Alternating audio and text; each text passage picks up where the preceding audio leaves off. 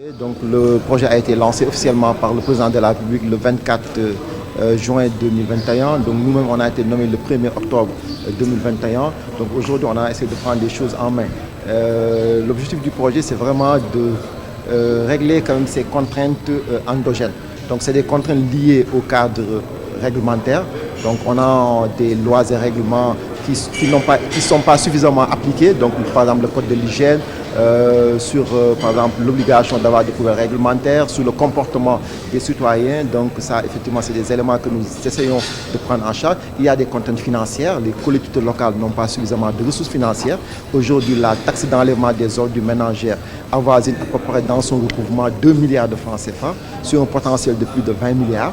Ce qui fait que nous allons travailler pour élargir la base fiscale avec la DGID pour permettre aux collectivités territoriales d'avoir plus de ressources pour la gestion des déchets.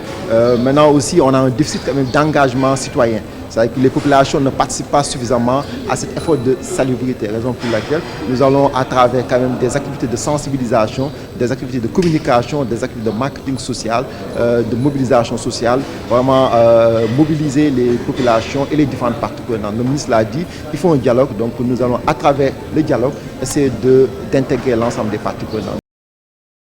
Il fallait tenir la première réunion du comité de pilotage que je préside.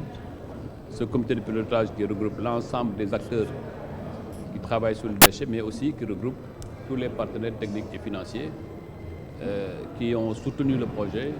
Et vous savez que ce projet est un projet non seulement important sur le plan financier, mais aussi c'est un projet extrêmement important sur le plan structurel dans la gestion des déchets à travers la création d'une économie circulaire qui, non seulement sur le plan infrastructurel, apporte des solutions, mais aussi crée des emplois et qui fera des déchets une véritable économie. Mais le plus important ce matin, c'était d'abord d'installer le comité de pilotage et ensuite de valider les PTAB de 2021, mais aussi programmer celui de 2022 et qui met en place la phase 1 de l'activité réelle du Promoged.